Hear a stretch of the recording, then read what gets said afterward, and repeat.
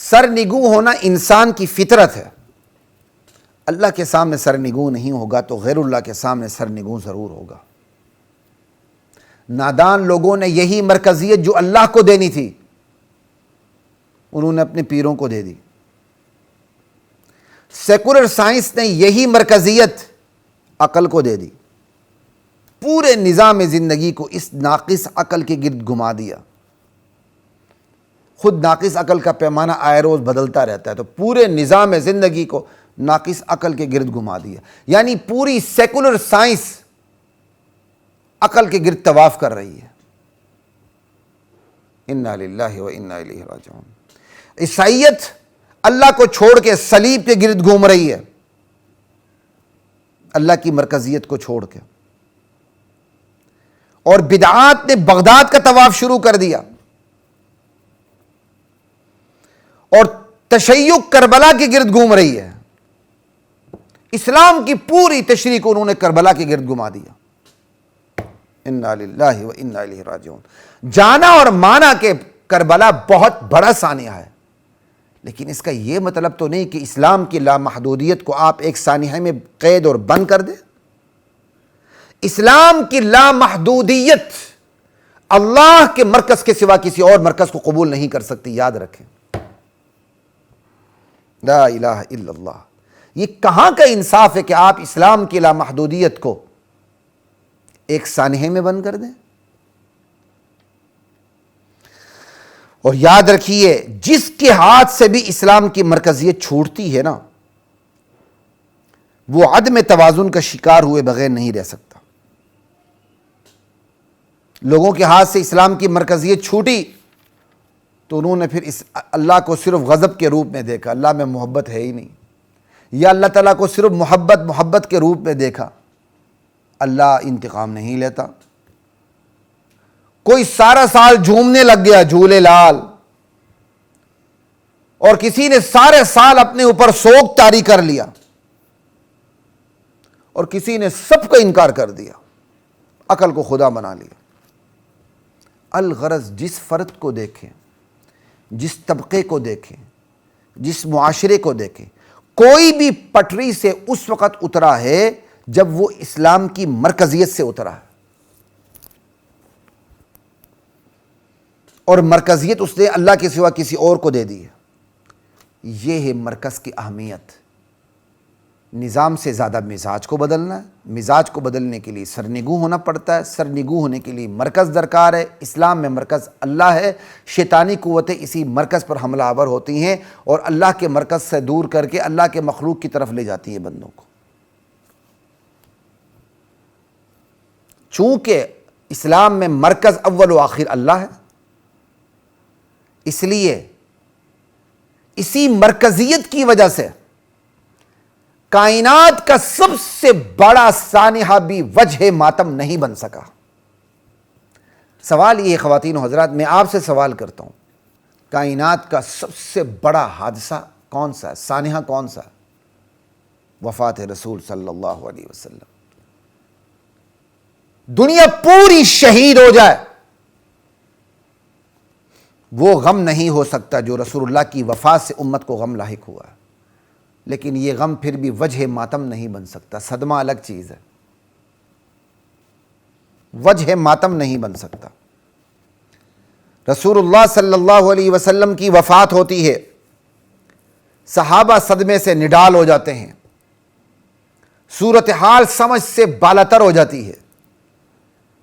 ابو بکر رضی اللہ تعالی عنہ تشریف لاتے ہیں، حجرہ عائشہ رضی اللہ عنہا میں داخل ہوتے ہیں، رخ انور سے چادر ہٹاتے ہیں، جھکتے ہیں اور نبی علیہ السلام کی دونوں آنکھوں کے درمیان بوسہ دیتے ہیں اور فرماتے ہیں بِأَبِي أَنْتَ وَأُمِّي طِبْتَ حَيًّا وَمَيِّتًا.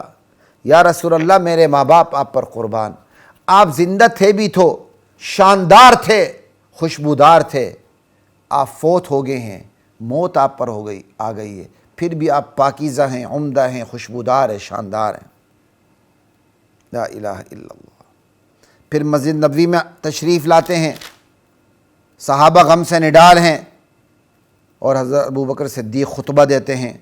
الا من کان یعبد محمدا فإن محمدا قد مات، لوگوں کان کھول کے سن لو، تم میں سے جو محمد کی عبادت کرتا تھا محمد پر موت آ چکی ہے صلی اللہ علیہ وسلم، وہ سن لے۔ ومن کان یعبد اللہ فإن اللہ حی لا یموت، اور تم میں سے جو اللہ کی بندگی کرتا تھا تو وہ یہ سن لے، اللہ تو زندہ ہے، اللہ پہ موت نہیں آتی۔ یہ کیا ہے؟ یہ خطبہ اسلام کی مرکزیت کا اعلان ہے کہ اسلام میں اول و آخر مرکز اللہ ہے، وہ تو زندہ ہے، اور حضور کی حیثیت کا اعلان، اظہار اور اقرار ہے کہ حضور اسی مرکز کی طرف بلانے والے داعی، دعویدار اور مدعی ہیں۔ پھر آپ نے یہ آیت پڑھی، انک میت وانہم میتون، میرے نبی موت تو آپ پر بھی آنی ہے، موت تو آپ کے دشمنوں پر بھی آنی ہے، لوگوں پر بھی آنی ہے۔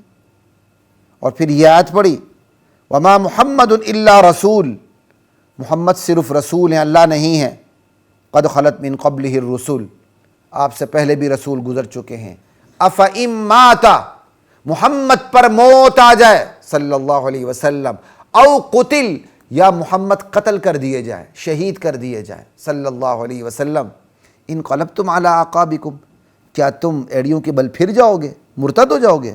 ومن ینقلب علی عقبیہ فلن یضر اللہ شیئا، جو اپنے ایڑیوں کے بل پھر جائے، مرتد ہو جائے، اسلام کو چھوڑ جائے، وہ اللہ کا کچھ نقصان نہیں کرے گا، وہ اپنا کرے گا۔ وَسَيَجْزِي اللَّهُ الشَّاكِرِينَ، اللہ تعالیٰ شکر گزار بندوں کو جو ثابت قدم رہتے ہیں اللہ بہترین بدلہ عطا فرمائے گا۔ یہ کیا ہے؟ یہ اسلام کی مرکزیت کا اعلان ہے، اسلام کی لامحدودیت کا اعلان ہے۔ اللہ اکبر۔ ابو بکر صدیق نے جب اسلام کی اس مرکزیت کا اعلان کر دیا، لوگوں کیا ہو گیا؟ ٹھیک ہے، صدمہ اپنی جگہ، لیکن اسلام میں مرکزی ہستی اللہ کی ہے، وہ تو زندہ ہے، اس پر موت نہیں آنی۔